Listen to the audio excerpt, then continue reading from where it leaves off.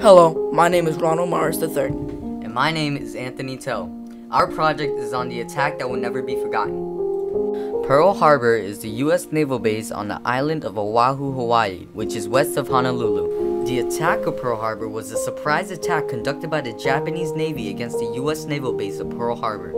This attack took place on December 7th, 1941. The Japanese attacked Pearl Harbor at 7:48 a.m. in Hawaiian time. This was on an ordinary Sunday morning. The Japanese decided to attack on this specific day and time because Sunday is the day that many people go to church or relax. The soldiers were not at their posts and they didn't do any drills that day, so the Americans were vulnerable to the attack. The Japanese had two goals: to destroy the American aircraft carriers and to sink as many capital ships as possible, especially battleships. The core planning for the attack was conducted by Commanders Mitsuo Fuchida and Minoru Genda, both of whom belonged to Japan's elite of bright young naval aviators.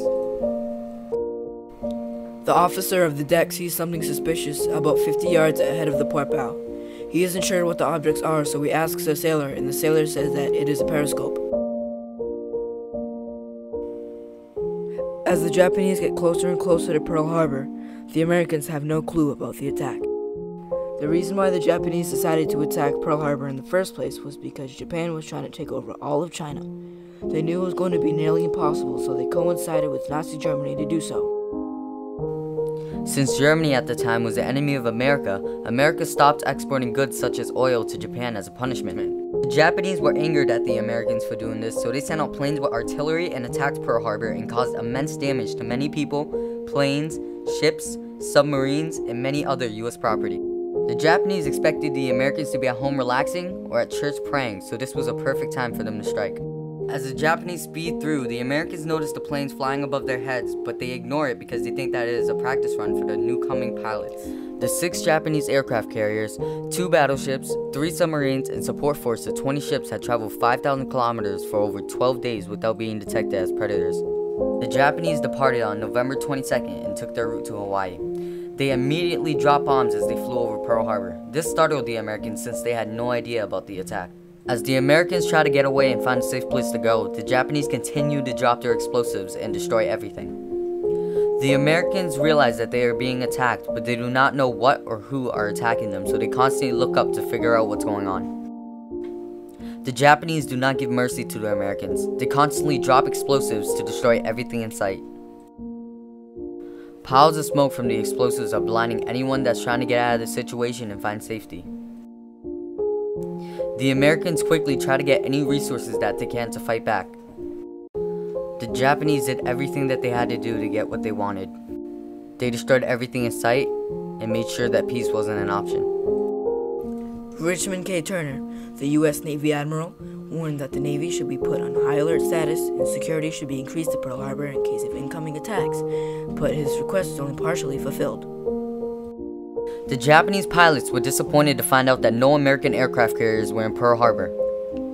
But as they dropped torpedoes, they destroyed capital ships that were at anchor and on nearby army and air bases. The Japanese relentlessly dropped torpedoes which injure many people and damage U.S. property. Torpedoes are cylindrical-shaped projectiles that are used to detonate on contact. They are launched from submarines, aircrafts, or ships. Here is some intense footage on the attack on Pearl Harbor.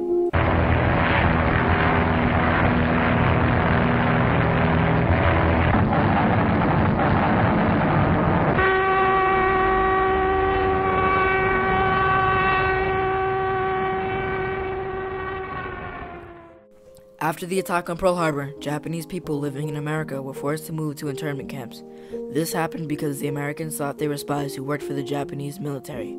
Also, many Americans became racist after the attack, so they never trusted Japanese people again. The Americans kept them under watchful eye at all times.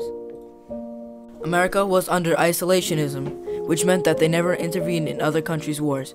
They only worried about their own wars with other countries. Yamamoto Isoroku was the Japanese admiral who planned the surprise attack at Pearl Harbor. He was basically the mastermind behind all of it. Hirohito was the Japanese emperor who gave permission to Yamamoto to attack Pearl Harbor. He too had hatred for the Americans for stopping the oil exports along with other supplies.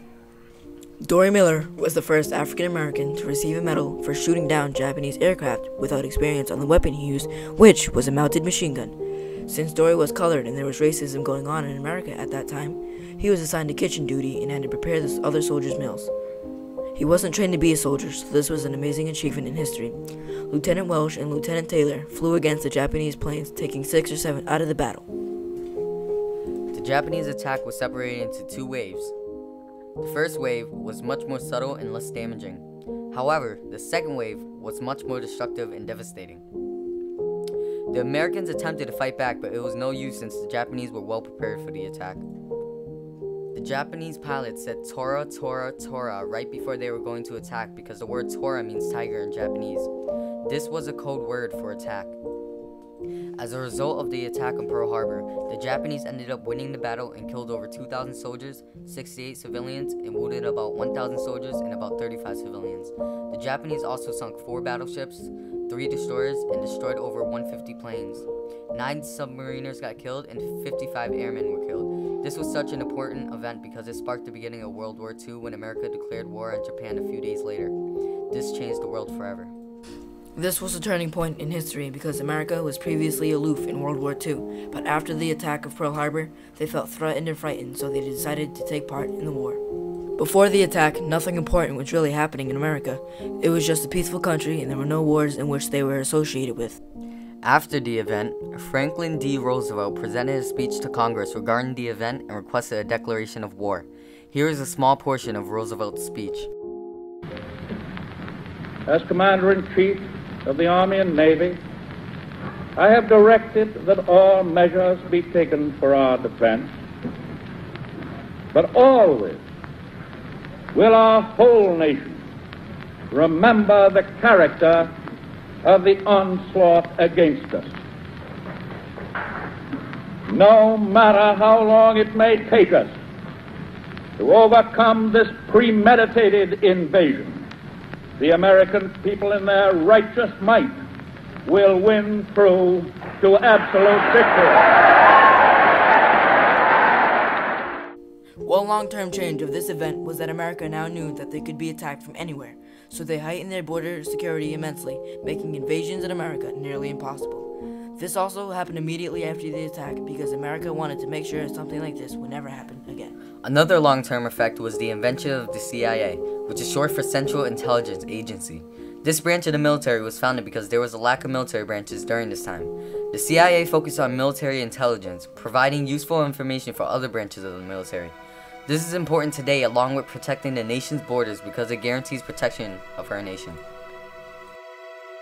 Before the attack, Americans swore not to get involved in World War II. But after the attack, they felt threatened and scared, so they decided to take part. The Americans believed that they couldn't be attacked, but once the attack occurred, it made them realize that they can be attacked from anywhere, so they increased security and protection immensely.